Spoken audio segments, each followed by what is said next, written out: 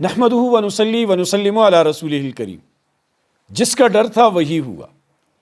میں نے آپ کے سامنے بات رکھی تھی اور کئی لوگوں نے اس کے اوپر تبصرے بھی کیے تھے، خبریں بھی آئی تھی کہ وہ بلوچ بابا جو مشہور ہوئے عمرہ کرنے سے، جن کے بارے میں کہا گیا کہ ان کی سادگی دیکھ کر صحابہ کا زمانہ یاد آتا ہے، جاہل عوام نے اس بابے کی محنت کو ضائع کرنے کی ٹھان لی ہے۔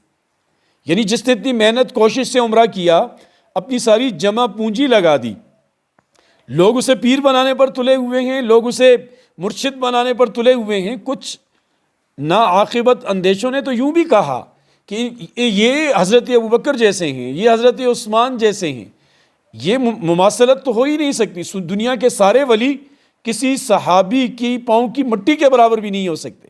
یہ جو بات ہوئی تھی نا، وہ اس پہ ہوئی تھی کہ ان کی شکل، ان کی وضاقتہ دیکھ کر صحابہ کا دور یاد آتا ہے، لیکن لوگوں نے اس سے کیا بنا لیا۔ ہمارے ہاں چونکہ خوش اعتقادی یا ضعیف اعتقادی یہ بہت زیادہ ہے پاکستان اور ہندوستان کے معاشرے میں، اس لیے ہم ہر چڑھتی ہوئی چیز کو دیوتا بنا لیتے ہیں، اس کی پوجا کرنے بیٹھ جاتے ہیں، اس کی عبادت کرنے بیٹھ جاتے ہیں اور اپنے مسئلے اس کے سامنے رکھنا شروع کر دیتے ہیں۔ ایسا ہی ہوا، جو کچھ لوگ تو بابا سے ملنے کے لیے گئے اور کچھ لوگ اپنی منتیں مرادیں لے کر گئے کہ بابا جی ہماری منتیں حل کر دیجئے، ہماری مرادیں پوری کر دیجئے، تعویذ کروانے لگے، ان سے دم ڈلوانے لگے۔ خدا کے لیے آپ کہاں جا رہے ہیں؟ مجھے وہ بات یاد آ گئی گزشتہ الیکشن کی۔ نصیر آباد سے ایک خاتون ایم پی اے، غالباً شمیم نام تھا ان کا، وہ الیکشن لڑ رہی تھی۔ انہیں کسی نے کہا یہاں ایک بابا ہے جو بڑے کام کا ہے، اگر تم اس کے پاس جاؤ دعا کراؤ تو تم کنفرم ایم پی اے کا الیکشن جیت جاؤ گی۔ یہ جب وہاں گئی تو بابا نے کہا تم 7 تولے سونا دو گی، ایک بکرا دو گی اور اتنے نقد پیسے دو گی، اور گارنٹی دیتا ہوں کہ جیت تمہاری ہوگی۔ اس بیچاری نے سب کچھ دیا، اسے سونا بھی دیا، پیسے بھی دیے، بکرے بھی دیے۔ الیکشن آیا، بری طرح ہار گئی، اور جب واپس گئی بابا سے مال مانگنے کے لیے تو وہ لڑنے مارنے مرنے پر تل گئے۔ یہ چیز میڈیا کی زینت بنی۔ یعنی ایسی کمزور اعتقاد کے لوگ ہمارے وہ ملک کے نظام چلانے والے بنتے ہیں، وہ ایم این اے اور ایم پی اے بنتے ہیں۔ سعادت حسن منٹو نے ایک بات لکھی ہے ہم لوگوں کے کمزور عقائد کو لے کر۔ وہ کہتے ہیں کہ علاقے کے اندر چور نے نقب لگائی اور 2 شکر کی بوریاں چوری کر لی۔ اب جب صبح ہوئی تو تفتیش چل پڑی، دن گزرا، شام ہوئی، تفتیش میں اسے لگا کہ میں پھنس جاؤں گا۔ اس نے رات کا انتظار کیا، جب اندھیرا چھا گیا تو گاؤں کے کنویں پر لے جا کر 2 بوریاں کنویں میں پھینکنا چاہیے۔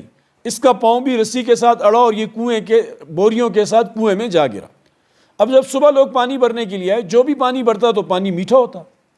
اب میٹھے پانی کا ان کے ذہن میں آ گیا کہ یار یہ کنویں کا پانی میٹھا ہے، علاقے میں بات پھیل گئی، اور جب کسی کو اتارا اور دیکھا کہ نیچے سانپ پڑے ہوئے، ان کو باہر نکالا گیا تو لوگوں نے کہا یہ بڑے پیر تھے، ان کی کرامت تھی جس کی وجہ سے کنویں کا پانی میٹھا ہوا۔ اس کا مزار بنایا گیا شکر والی سرکار کے نام سے، اور وہاں نذرانے پیش کیے جانے لگے، اپنی منتیں اور مرادیں وہاں سے پوری کرائی جانے لگی۔